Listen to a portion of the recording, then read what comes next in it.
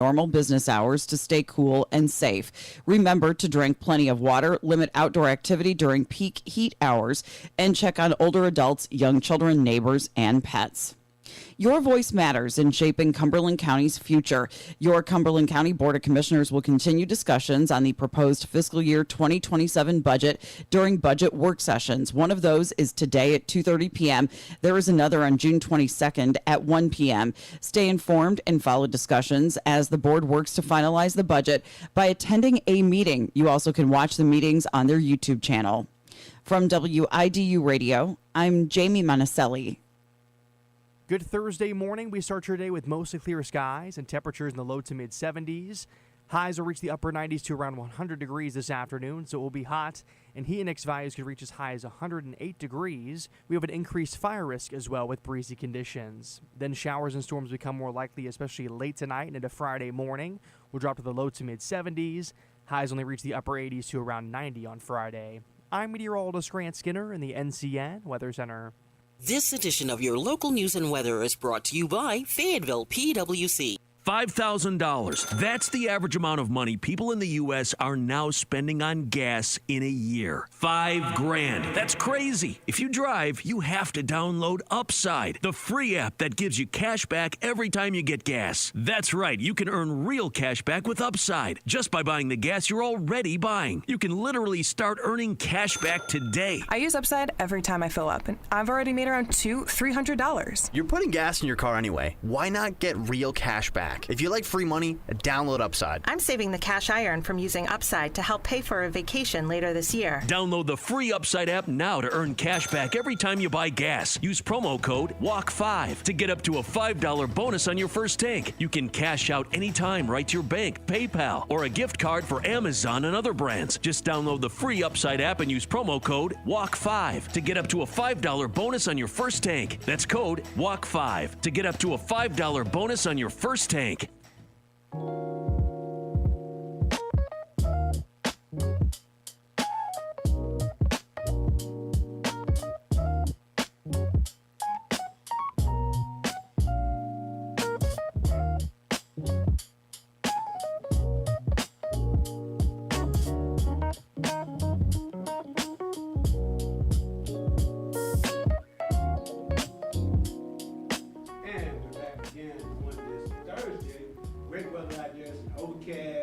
And it's not that hot, and tomorrow is supposed to be just the opposite. Well, good Lord handles the temperature. This is true. He said it's cold, they want it hot. It's hot, they want it back cool. So tomorrow is going to be to jump off at 5 p.m. downtown Festival Park for Juneteenth celebration. Yep. And so for those, I was just talking to Miss Bennett previously, just a few minutes ago. So you have at least 3 hours of light too. So if you don't want to be in there after dark, from 5 to 9, I think from 8:50 it should be. Yeah. It should be light because some people just don't like the nightlife like that. So, right. You know. So anyway, back again to us this morning, Mayor Mitch Colvin. Good morning, Mr. Mayor. Good to see you. Right, brother. So there's a lot going on. A lot going on, man. So, got a lot to unpack today. A lot to unpack. So, I'm glad you're an unpacker. So I know you know how to get it. Let's start unpacking, sir. But we were talking offline. It's a lot, and I believe everybody is passionate about things, and like you said, we've got a number of issues that bring out that passion. So I'm sure we'll cover a lot of them today. But sure. Well, yesterday at the legislature. Yeah, I'll launch off first saying, look, like I said, all of us need to tap down the rhetoric and be nice to each other. I mean, Mr. Mayor, including you guys, how y'all talk to each other. True. How y'all talk to each other, how y'all deal with your staff. Because people are looking at that. You see what I'm saying? Yeah. I mean, people are looking at that. I mean, True. just the tone and everything else. People are looking at that. Yeah. And because I don't want you all to be the recipients of stuff too. Yeah. But then some people look at stuff and they, it's contagious. Right. So now I would say, now when we're debating with each other, when you're debating, sometimes things get a little heated. But we try not to make anything personal, right? But sometimes it appears to be. That's the thing. Okay. If it looks personal to the public, yeah, sure. You know, they don't. Cause see, I used to do a show with Tim White, right? And Tim and I used to be at it, and people say, "Do y'all like each other?" And so I said, "Look, because we would be behind the microphones, we didn't have cameras then. Right. They'd be hearing us and like, man, this guy's bad." And you know, we never walked out the building upset with each other. You know, we just be at it about a particular point, and I think sometimes people don't get that. Right. But let's be honest. Sometimes y'all don't like each other, or sometimes that happens. Look, people are people, right? Yeah, exactly. So I don't care what organization is, church is, council. That's true. Right, you know. right. So people are people. But I would say for the most part, most of us are professional enough that after you finish an issue, you know, Bill Chris was big on that. Exactly. And when I first got on council, he would always give you these nuggets, and he said, Mitchell, you never question one of your colleagues' vote, and when the vote's over, it's over. Right. And that's good advice because, you know, my wife said, you know, I couldn't do that because sometimes, you know, I see y'all at it and then, you know, next 5 minutes you laughing and talking to one another. That's how you have to do it. You know, the issue is a public issue. You make a vote. Sometimes you win, lose. But at the end of it, you got to be able to work with them on something else. So you got to. Well, because I know that there are people that don't understand our relationship. Right. So I said, well, you know, when did it? That has drawn a lot of questions. When did them two get to be such good friends? I said, look, hold it. I never said I didn't like the mayor. Never said I didn't like you. Never heard me say that because actually I don't dislike you. I think other than being a Cowboy fan, I mean, you know, whatever. let's not go there. But look, I said, I don't know him like that. We disagree on public policy issues from times at times. But that's it. I mean, I don't look. Hey, look. Every time you've ever had a birthday or anniversary or anything else. Connected to your social media page, I say congratulations, hi, happy birthday, whatever, you know? And some folks be like, I can't believe you wished them a happy birthday. Well, you know, what do you want me to do? Well, look, everybody needs a job, Troy.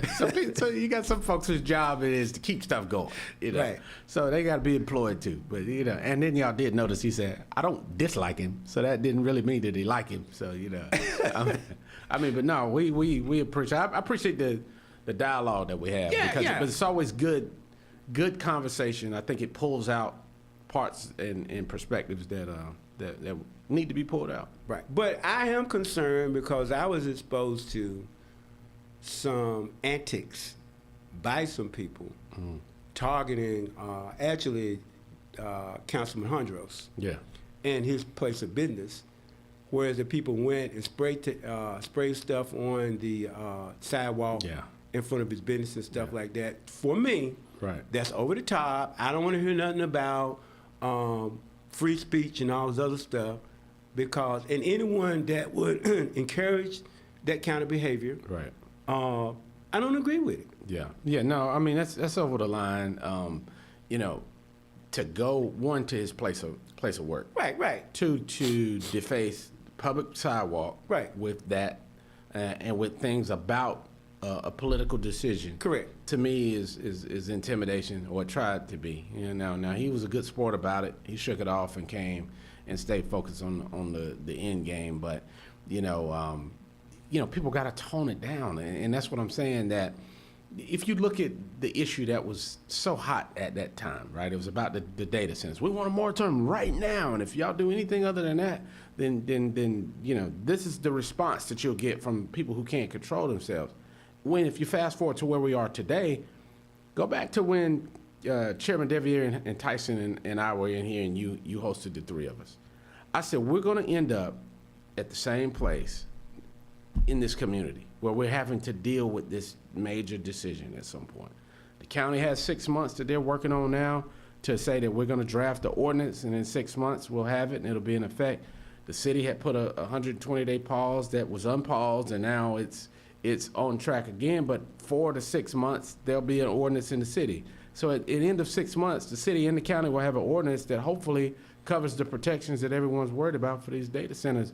But look at how we got there. Or look at how many people, blood pressure went up that day, and folks want to deface sidewalks and call people names and those kind of things. But at the end of the day, we're still where we are at the same place. Right. Well, not only that, though, if you're going to make insinuations or allegations, be able to prove that. Now, because I go, oh, well, I know this. I'm like, how do you know that? Yeah. I mean, I'm an investigator by trade. And I'm saying now, what you're doing wouldn't float in a courtrum. Right. Because you can't go in and say, well, I know what they were thinking. No, you don't know what they were thinking. Right. If you don't have... You must be getting something, man. That's what I'm saying. It's just, it's nuts. And so I quit. I don't read it. I try not to even give any headspace to it because it's ridiculous. Like, everything is not that you're getting something out of it other than the fact. Anybody that does this work, this public service work, you have to have something special in you that you want to contribute to this community. And I think, 99.9% of the time, that's what drives it. And then for those individuals who say, but hey, look, what I'm doing is effective. Right. It's effective. I mean, no. Do you understand? You don't understand. This is effective. Okay, like I said, that kind of mentality is not just here. Yeah. I have some people over there in the Middle East. That's what they say. They're saying the same thing. Yeah. Now they're strapping bombs on their children and send them in the malls to blow up the enemy. Right. Or kidnapping people and killing people. Yeah. And they're saying the same thing. It's effective. Yeah.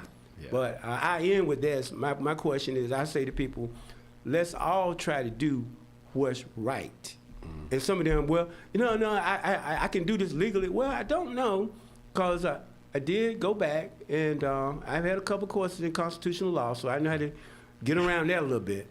I believe you can go too far in your dialogue or interaction with elected officials. Yeah. And that, okay, you made yourself aware as to what you felt about something. But to repeatedly try to torment or cause emotional or psychological anxiety for a person or their family. And to influence a decision based on that. Right, so I'm saying, right, because you're trying to make them change their mind. Right. That's illegal. Yeah. That's straight up, that's illegal. You can't do that. Can't do that. Yeah, I mean, intimidation is not good, and some people react differently. Like, I don't respond well to that. It really I'm stubborn. My daddy said, your head as hard as a rock, but it pushes you in the other direction. But I think you can't make decisions either way based on emotion because it impacts too many people, right? The decisions that you make impact more than you and whoever it is that you got this beef going with. So, but I think you hit it. Hopefully we're beyond that. But people are passionate. They got the right to show up. What we don't have the right to do is to disrupt the people's business being taken care of that's at the another meeting. thing. I'm not going to deal with that at all. So, it's not about I'm trying to stop you from having your right to free speech, but your right cannot stop the business from occurring. And that's why some of the people that went to Raleigh, they tried to disrupt them when they're in session. Right. So, well, I don't agree with what's going on up here, but you can't do that. Right. You can't. They have sworn responsibility to carry things out. And you're saying, but they're not doing what I want them to do. Right. So I'm going to disrupt a legislative session. Right. And people were being hauled out for that. And then some of them were like, well, it's a great thing. I'm causing good trouble and all that. I mean, so you got all of these monikers they use to try and say that they're heroes because they're raising hell. And, Dr. King and those, if they, because I actually lived part of my life while the man was alive. Yeah. But they didn't do what these people are doing. And they want to act like that they're modeling historically previous behaviors to bring about change when they didn't do that. Yeah. They didn't do that. Yeah. I mean, I can't speak to that, but you were dealing with a whole different set of circumstances back then. Of course. You had people water hosing you and that's what I'm saying. Putting dogs on you. All kind of things. You couldn't ride the bus. You couldn't use the bathroom in certain places. I mean, so it was a whole different ballgame. But look, even everything that they were up against, they didn't ratchet stuff up to what we have in some of the protests, quote unquote protests we have now, because they are inciting violence and they want to hurt people. And when we read about elected leaders' homes being bombed or something like that, or either people being killed. Right. You see what I'm saying? I mean, that's just not. Now here's what me and you probably gonna have one of our different opinions of this. I said this in the previous administration 1.0, right? 16 to 20. The whole political temperature was ramped up because there's so much power that comes from the top down that when the temperature's ramped up, I mean it makes its way to our community. Everybody's kind of on edge. You go from 20 to 24, things settle down a little bit. You didn't quite have as much, and you had your people who don't agree, like you said, on the policy. I don't think Biden's good. I think his policy's bad, whatever. And then you get back in here on 2.0 of what we have, and the temperature ramps up again because you hear stuff that gets people anxious, and then you sit there and you watch that stuff all day. I don't care if it's CNN, Fox, whatever you watch, MSNBC. If you watch and ingest that stuff long enough, you will. It gets into your state of mind, into your feeling, and so that makes it to our community. So now you apply that same level of temperature on local decisions, and this is just them as a whole. You don't know how many times I get emails about, Democrats are doing this. This is why you made this decision. You don't care if I'm a Democrat or Republican when I pave your street and empty your trash can. So I think we gotta really demand that everybody ramps it down. But sure, well, but I would say that in 2016, I think that based upon what I've been exposed to, and I think that in time historically, the truth will come out. Yeah. There was a causal reason for that, and it just didn't come from the guy in the White House. When you charge a sitting president with 91 times, he's charged with crimes and felonies and stuff like that, and and then you basically everybody know that whole thing about Russian collusion was a lie, but they pushed that for 4 years, and I'm saying is that the people that were doing that too helped create that kind of situation. So it's the same thing if they were doing the same thing to you. So I'm saying, so quite naturally people say, well, somebody said, well, the majority of people out there didn't want Mitch Coleman to be mayor. I said, the majority of who? The majority of people that voted? And said, no. It was too many people in the race. I said, but that was a primary. When it got down to two people. Yeah, I've had that conversation. I got all of that. Okay, I understand if it was 50 million people running the primary and you divide it up and everything, because he didn't get over 50% of the vote then. I said, but when it's down to two people though, if they didn't want him, they had somebody else pick, and they didn't pick that person. So I mean, make it make sense now. I said now, I can't follow that, man. Whether I support his candidacy or not, I can count. And at the end of the day, he got most of the votes, overwhelmingly. So, I mean, explain. So now, if somebody chose not to vote, and I don't like him, I don't want to talk to them because, you didn't go vote. So, well, look, like I said in the previous part of the segment, everybody needs a job, right? so and I even saw something somewhere, and I try not to engage some of this, but this has to be talked about. Well, if you vote different than your colleagues, you're disrespectful. Isn't it coincidental that the mayor disrespects, the representative that's in this district, and the previous one that's in this district? I'm like, what disrespectful? I mean, because we don't agree on a vote. I mean, there's no public dialogue. There was no name calling, no staple throwing. I'm like, you're not going to agree on every vote. I mean, right. And that's just the bottom line. But like I said, people want to stir. They create issues that don't exist and get the temperature raised up. So right. Here we go. But look, we were at the legislature yesterday. I heard. Yeah. Matter of fact, I have the bill right in front of me. So you know what's going on. Oh yeah. But it was an interesting last 24, 36 hours. Sure. Found out about this bill that had changed on the Senate side. I saw Representative Wheatley's bill, the original form about Stedman and alcohol provisions, and that didn't really impact us. And then went to the Senate side, and it had a section in there added about Force 911 consolidation, city and the county, giving the county commission the ability to vote on it by a majority vote to consolidate, and then after that vote happens, all municipalities shall consolidate. So this, as you know, Troy, this has been. Hold on a minute. I believe it said May. No. The may is in that the county commissioners may choose to do that. That's what I'm saying. That's right. After they do that, the shall is not optional for municipalities. But the may comes first, though, and that's important. You see, in legislative things, you got to be real careful as to what you use. The shalls and the mays mean a lot. They mean a lot. Right. But the may that you're talking about is if the county commission chooses to vote to consolidate, then the cities and municipalities shall do it. So that's the shall and the may. And understand that in most of North Carolina, we're one of the few counties that we're operating separately with municipalities and the county when it comes to 911.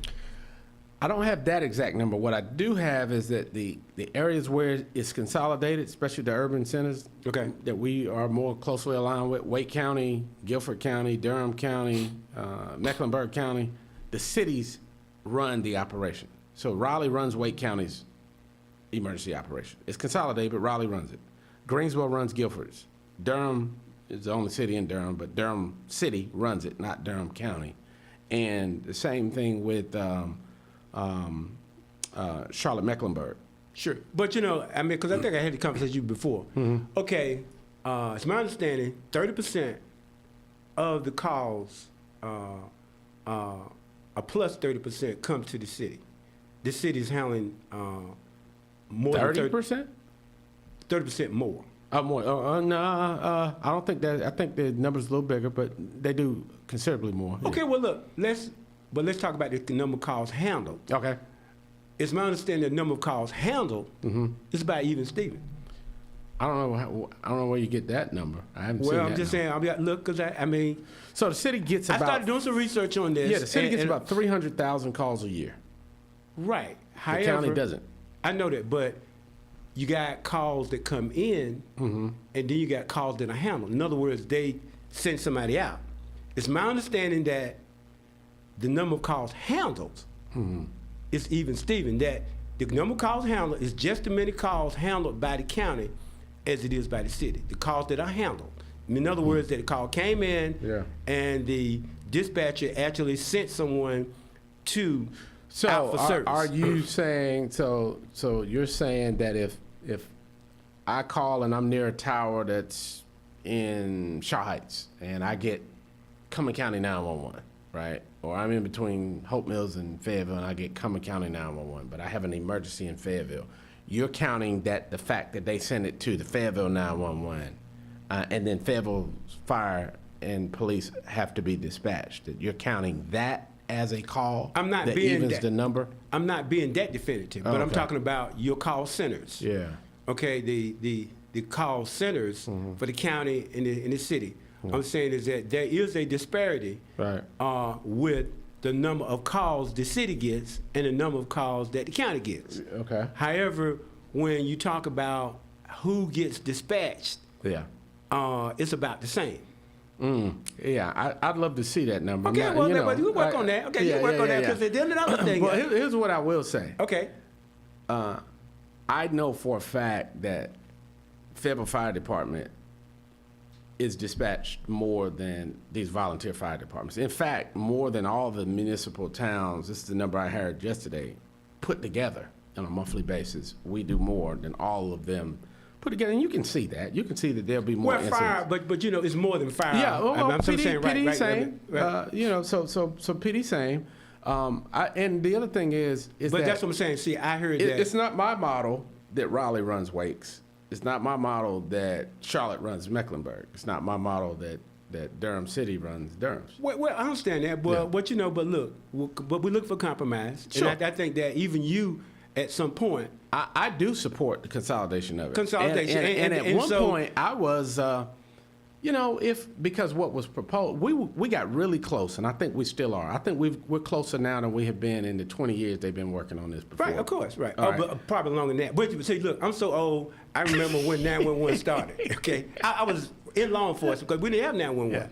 Yeah, that's old. That's it. But I'm saying right. In the early 80s, there was no 911. Right. So I think we're close, right? And I believe that we can get there because you have to get beyond this who's right and who's wrong and say, is it the standard operating procedures that are different in the city and the county? We can agree probably without, you're former law enforcement, I'm not, but I can imagine that an urbanized system is different than a rural system, and from procedures to everything else. So let's make it consistent that if the standard operating procedure of the city handles more volume, however you want to see it, that it should be the same. So let's raise that up. What we can't have is a situation to where we have invested in ShotSpotter, drone first responders, LPR camera readers, and all this different technology, and you don't have that capability for that to seamlessly work together.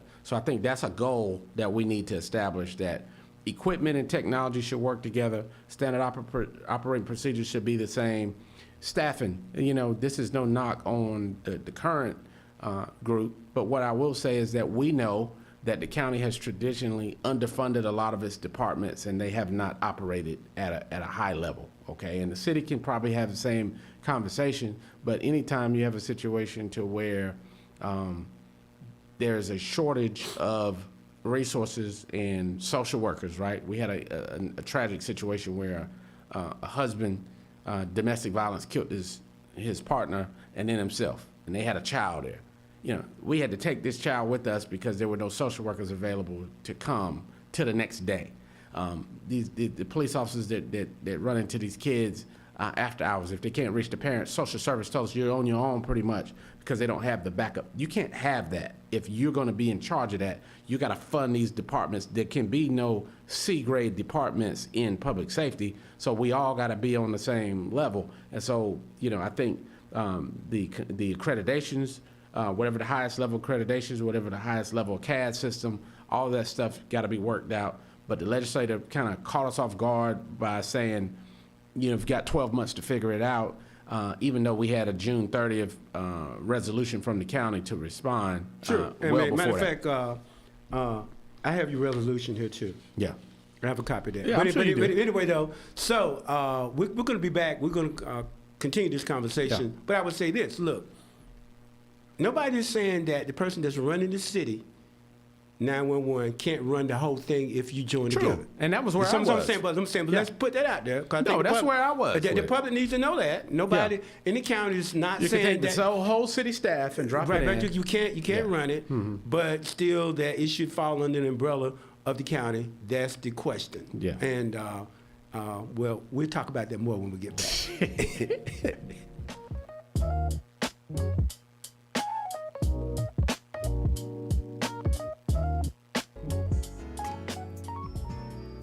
Hi, I'm Mitch Colvin, president of Colvin Funeral Home and Crematory. For over 50 years, our family has provided professional services with dignity, compassion, and respect with families during a time of need. We realize funeral services are as unique as those we're honoring. We offer a variety of affordable, quality services tailored to meet each family's needs, specializing in burial and cremation services. Proudly servicing Cumberland, Robeson, Hoke, Harnett, Bladen, and surrounding counties from 2 locations, 2010 Murchison Road, Fayetteville, 1904 Elizabethtown Road, Lumberton. For more information, visit our website, www.hmcolvin.com.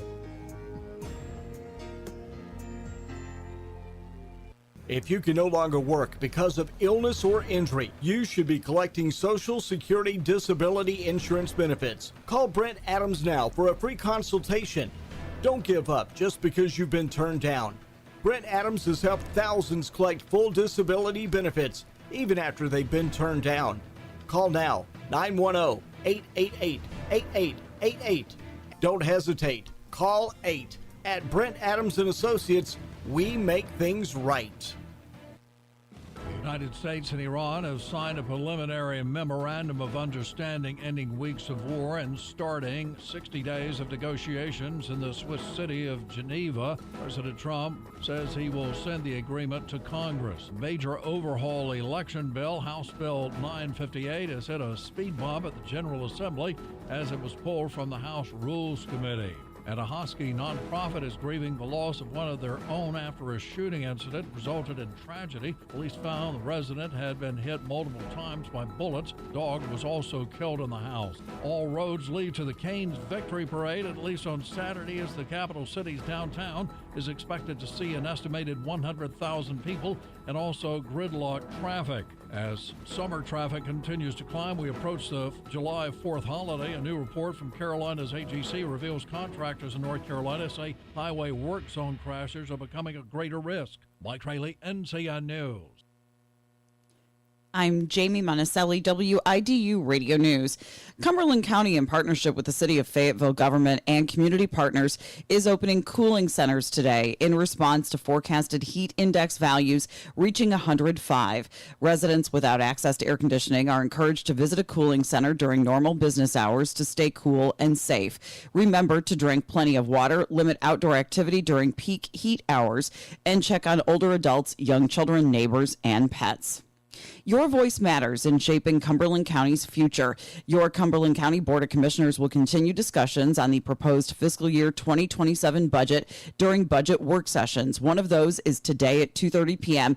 There is another on June 22nd at 1 p.m. Stay informed and follow discussions as the board works to finalize the budget by attending a meeting. You also can watch the meetings on their YouTube channel. From WIDU Radio, I'm Jamie Monticelli. Ahead of a cold front, we'll have a good chance for showers and storms late tonight and into Friday morning, and some of those storms could be strong, packing damaging wind gusts. Also ahead of that front, it will be hot this afternoon, highs reaching close to 100. Mostly clear this morning with temperatures starting in the low to mid 70s. By this afternoon, heat index values could reach as high as 108. We'll have lots of sunshine during the daytime and a better chance for storms, mainly late tonight and into Friday morning, with highs Friday only in the upper 80s to around 90. I'm meteorologist Grant Skinner in the NCN Weather Center. Come out and celebrate Independence Day at Festival Park. Enjoy a free concert featuring the Fayetteville Symphony Orchestra and the 82nd Airborne Division Band. End the evening with a spectacular fireworks show. The event takes place on Saturday, July 4th. Gates open at 6 p.m. and the concert begins at 7:30. Bring a blanket or lawn chair and enjoy an evening of celebration. Whether you're new to gardening or have years of experience, the Cumberland County Cooperative Extension is here to help. Learn new skills through programs like Better Living, connect with the community through the Master Gardeners Volunteer Program, or explore opportunities for young people through 4-H youth development. The Cumberland County Cooperative Extension offers programs for all ages. To learn more, visit North Carolina State Extension online at ncsu.edu or call 910-321-6882. It's one of life's simplest comforts. Turning on the tap and knowing clean, safe water's there. A glass before bed, a warm shower in the morning, water to cook, clean, and care for loved ones. So often, it's something that can be taken for granted. But behind every drop is a commitment to quality, safety, and service. At Fayetteville PWC, providing award-winning water is more than a service. It is a responsibility and a point of pride. Delivering clean, reliable water remains a top priority for Fayetteville and surrounding communities every single day, because clean water supports healthy families, strengthens neighborhoods, and helps communities thrive today and for generations to come. Discover more about the difference quality water makes at faypwc.com. Fayetteville PWC, always there, always on, always built to serve.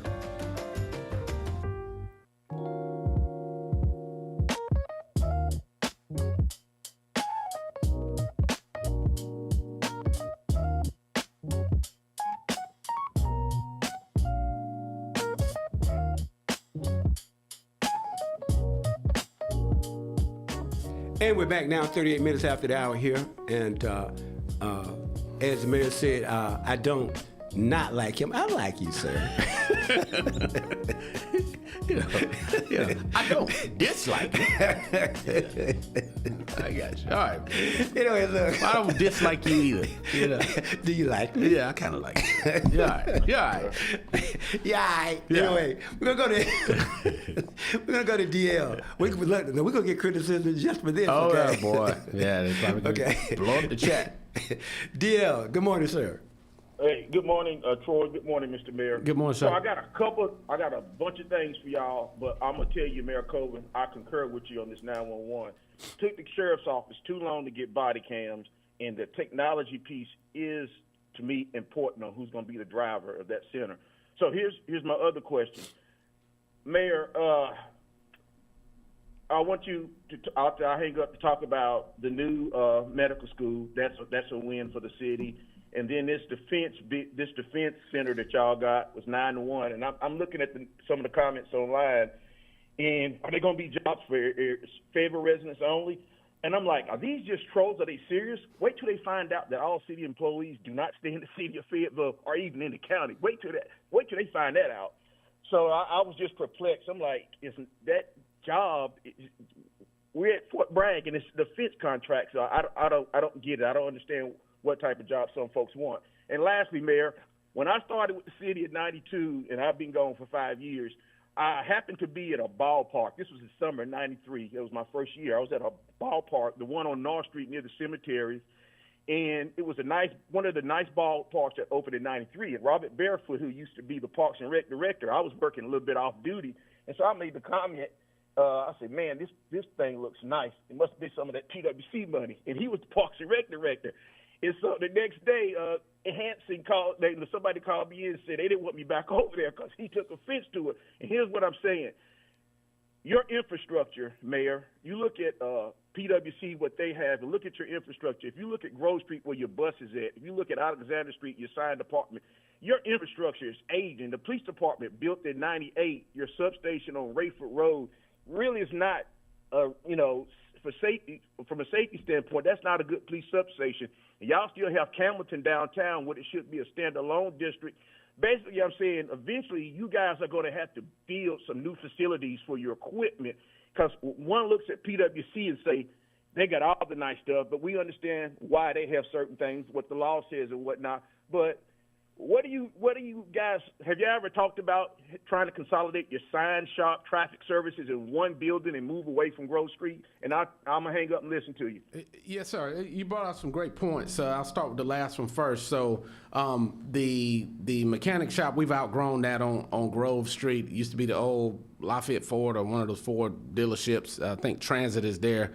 It doesn't have the capacity for the higher buses, and so the grants for those new buses don't fit. So we're actually looking for a more centralized location so that we can push more bus routes out west.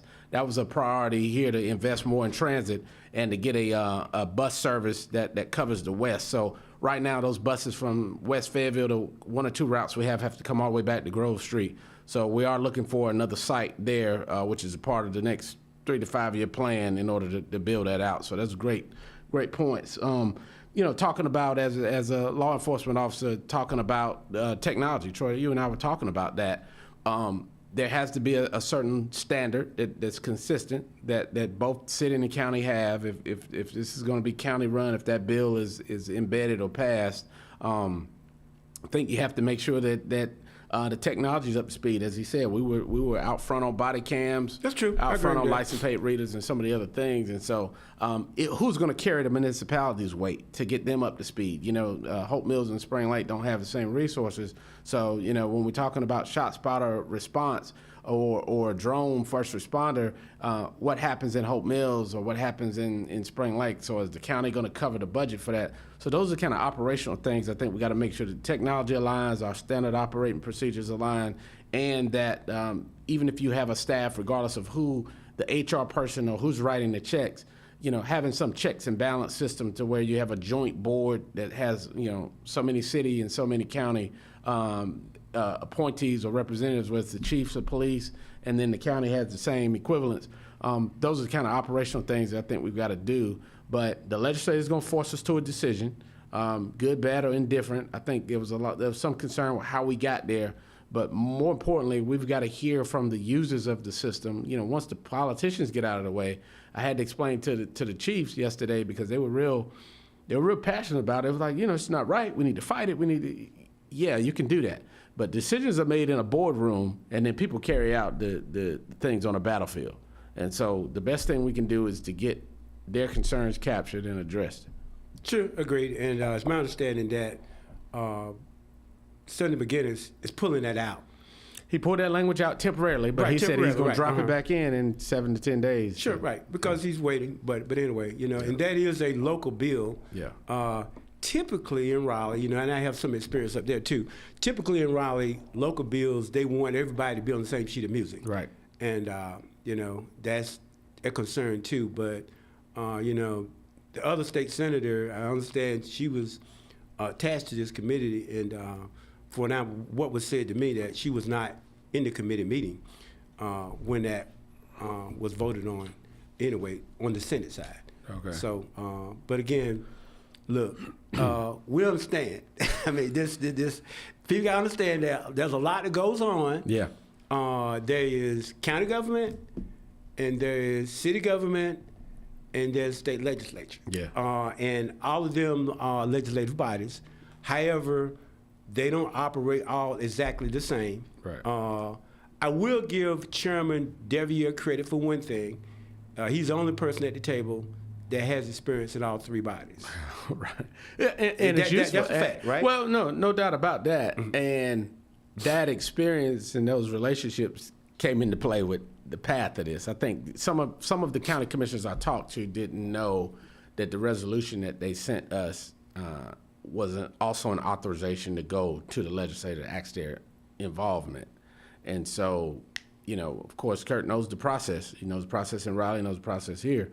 I think where, you know, talking to an email from Adams, saw emails from Jones, Vice Chair Jones, Commissioner Adams, did talk to Patel and Faircloth. They were not aware that the legislator was being solicited to get involved with this. They thought this was a resolution for an official response from the city, between the city and the county. They did not draw Raleigh into it, but, you know. Well, I think that the resolution piece, with you all, we're given a timeline. And I guess perhaps, you know, you guys were trying to, let me finish. I think you guys, my understanding, you guys you're immersed into your budget stuff, like they are as well. And the resolution did not address that. I mean, right. I have it right here. Let me see. Did not address what? Time? Yeah, time. Yeah, the cover letter did. Yeah, that's what I'm saying, the timeline, right. Yeah. That's what I'm saying. Right. So, but that's what I'm saying, you know. So, but look, I don't think it's anything nefarious here. Yeah. I just believe that at the end of the day, people are trying to do the best that they can for our community. We need to, look, we've been dragging our feet with too much stuff, okay? Right. So you and the chairman of the Board of Commissioners have the opportunity to do something that your predecessors, look, how many decades do we want to kick the can down the road? You know, this should have been fixed from the beginning. And I mean, I happen to be around because I know the Board of Commissioners we had at that time, we had Hanson was the chief, and those personalities weren't going to ever mix, you see what I'm saying? Right. And so, you know, here we are again. 20 years later. But okay, and to that point, right? That, not 20 years later, because I'm talking about the 911 stuff came out in the... did it? Right. Yeah. In the 80s. Yeah, you are pretty old, man. So. Yeah. In the 80s, man. I'm talking about, we're talking about 40 years ago. Yeah. 40 years ago. I want everybody to listen to this. This should have been fixed 40 years ago. Right. And they didn't fix it. Right. And so here's the other piece to that. I think there's a couple of things. One, if you're going to plan to grow a community, you need to act like it, right? That you should buy a building that can accommodate the future growth of it, or a consolidated model, right? Sure. So a few years back, Executive Place was bought when city and county got to a point of where... Come out for Rayford Road. Yeah. Okay, of where they didn't agree. So the county bought the building, spent $10, $15 million upfitting it, and it does not have the accommodations for our 60-plus operators, right? And so that's now. So 5 or 10 or 20 years from now, definitely can't accommodate that. So what's the capital plan to do that? The city is looking to build one that was a part of the Parks and Rec bond. As we consolidate this, it needs to be built for the future. It needs to be built where it could hold, county, city, other operators in it, and have room to grow. So, you've got to make decisions that are based on future plans. Like you said, back in the 80s, if there was a plan, you planned to walk into these things. I think the only part here is that, not saying this didn't need to be done, it was probably the process. If I tell you that we're going to negotiate something out and then you get blindsided from me, then I'm not really being straight with you on the negotiation. So at this point, we are where we are. What was impressed upon the legislature yesterday is the consequences or the possibilities for if this is done wrong or if it's done haphazardly and somebody dies. It could be dramatic, but it could happen. And something happens and somehow, because this was forced to be done in 12 months, it wasn't done properly, and someone loses their life, that bill has Representative Wheatley's name on it. That bill will have Senator Deviev, Chairman Devier's fingerprints on it, and all of us who participated in the process. So we're going to now try to make sure that we can dot every I and cross every T and do it responsibly. But everything needs to be done for future growth. But again, it's going to have some real conversations that C-grade service is not going to get it done. Sure. Well, now everything's not what it should be now. I know because I have a friend, very close friend, right, that had a critical situation at his home. He lives in District 1, Fayetteville. And it took 30 minutes for an ambulance to get to his home. And he lives close to the Cape Fear thing right there off of Ramsey. So I'm saying, it's not like anybody's got golden stars already here. Right. Let's be real about it. There are places for improvement in the system we have now. Right. So it's my understanding that the city system, for whatever reason, had to forward their services to the county 7 times in the last couple of years. And the county had to send their stuff to the city 3 times. In other words, they couldn't do the job for whatever reason, electricity, storm, whatever, whatever happens. They had to rely on the county 7 times to take their calls, and the county had to send their calls over to the city 3 times. Or more. I'm saying, Dove gave some other examples, so I don't know that that's all of the numbers. Oh yeah, but I'm saying, but my point is though, and the point I'm trying to make out of that, we need each other. Right. I mean, I'm saying, so I mean, ain't no need for us building silos, shooting at each other, like it's the North and the South. Look, I said this during the campaign: left and right pocket, right? that there's a financial case that is lock solid to me. Right. That it makes sense to do it uniformly, to do it collaboratively, and do it better. Everybody's got to step their game up in order to provide a service that now connects, because what was par over here on the city side and what was par over here on the county side now have to line up. You can't have a situation where you don't have a social worker to come get a child from a situation where a spouse has killed their partner and the police has to take them to the police station or take them home for that night. You can't have that in this situation. You can't have a situation where that DSS tells us that they don't have social workers available if you pick up a child that's violating the curfew, because that's the case in Cumberland County, but it's not the case in Spring Lake or in Hope Mills or in Grace Creek. So there has to be alignment of services, and everybody has to put the right amount of resources into their departments now that they're going to align. And that's my point. And I don't understand that. I was on that drug squad almost 7 years, and we kicked in a lot of doors. Yeah. And dragging people in and putting them in jail, and they had kids in the home. And we had to bring the kids back to the office with us sometimes. But I believe what you're talking about ain't got nothing to do with us. Yeah. I'm not trying to point fingers at Miss Jackson and them over there, but No, I think something's going on over there, though, that they had somebody on call then that did the job and responded to these things, and I don't understand why. And we're talking about 30 plus years ago, 40 years ago, they had people on calls and handling these calls. Why can't we do it in 21st century? Well, you got to look at the funding. I mean, do you have, if they were able to eliminate 69 positions because they were unvacant and unfilled, then is it a situation like we had to do with the police? While we had so many vacancies, we had to now add more money to it and make the jobs more attractive. So, what I'm saying is that demand and the reliance upon a mental health department. I saw Cape Fear. We don't even have a mental health department. That's what I'm telling you. That's a county function. So that's got to be stood up, right? Because that was one of the things that was put in the resolution that said that this is a benefit. But you don't have one. Harnett County and Cape Fear Valley have a mental health facility partnership that they just announced. We're the largest urban area. Cape Fear is here. Why don't we have one here? So was it because Harnett County and Cape Fear did it, or is it a thing that Cape Fear invested something different in Harnett County? We have to have the mental health piece. We have to have a homeless shelter. It's got to be more than studies and talks. It's got to be funding to it. And I'm not talking about this group of commissioners. I'm not saying that personally. But what I'm saying is, since we're going to have this talk and we're going to push these two organizations together, there can be no more lackadaisiness and C-grade funding or outcomes for either one of us. So I think that this is an opportunity that we got to step up and perform. But you don't do something because it's going to save $2 million a year and kill and somebody loses their life or something falls through the cracks. What's going to be the results of that? Right. Well, look.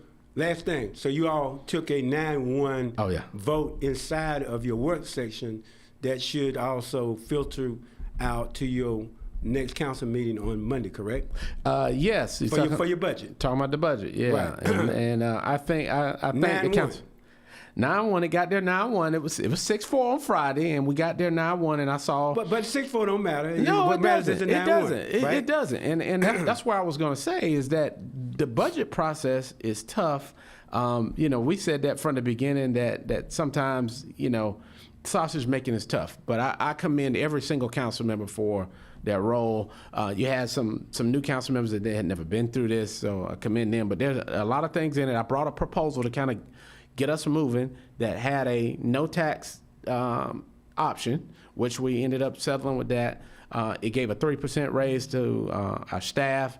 There's still the step plan funding for the police and fire departments. It unfroze 8 police positions, so we had filled all the vacancies. We had the 38 frozen, so we unfroze another 8. So we're closing that gap there, getting us back for the first time ever to fully staffing. The drone first responder, OCS, Office of Community Safety, has 2 mental health teams. And then for council members, Councilmember McNair, she's been working hard to get some money for Hollywood Heights community building. They couldn't even have a meeting the other day because the air conditioner was broke. I've been in there. Yeah, I know. I've been in that building. The building needs a little love. Right. So in this budget, they got $100,000. $100,000 for that. Youth center for West Fayetteville, community center we did on Murchison Road. We did one on Orange Street. The kids in West Fayetteville, District 6, 7, and 8, shouldn't have to drive 30 minutes to participate and to get resources. So we're looking at where to locate that. Jasper Street, first time I've seen any investment down there in a number of years. Benches and trash cans, $300,000 throughout the city for transit. You see people standing by these poles with no cover, no in the rain, in the heat, no bench. And so we dealt with that. Also next generation workforce, so that as Goodyear comes to a close, how do we retrain those workers? How do we retool it? And so there's money in the budget for that. We had a great partnership with Fayetteville State Hub where they were teaching and helping people take the licensing test for general contractors. We're going to expand that to electricians and plumbers. And so there's a lot in this budget that I think covers it. Nobody got everything they wanted, but there are a number of things that hit a lot of categories that we said were important. You survived, and so you meet the deadline by June 30th. We don't have the luxury of the legislators saying we'll just continue operations. We gotta pass a budget by June 30th, and we gotta get this other thing done by June 30th. Good. Well, look, congratulations to what you all have done, and to all of the naysayers out there. I'm sure you all will keep on getting on them. And the media watchdogs like us, look, we stand back and we just try to get to the truth with these things. And so, but look, thank you so much for coming on. Yep. I think we covered some good ground today, and we'll see what happens. And I guess I need to go to Raleigh with y'all. Yeah, man. Come on up there. It's an interesting place. I like to go and come look, back. I work there, bro. I understand how it works. Hats off to anybody who's up there. So. Yeah. Anyway, look, appreciate you guys. Yep. Thank you, Mr. Mayor. You all have a great rest of your day. Again, Juneteenth coming up tomorrow, 5 p.m. to 11 p.m. For those of you all that enjoy that kind of thing, go on down there. It's supposed to be something for everybody. Yeah. Young, the old, the children, everybody. And it's a national holiday. And look, we need to get away from these things of just part of the country showing up for holidays. The holiday in January and the holiday in June is for everybody too. Right. Okay. Happy Juneteenth. Right. Take care.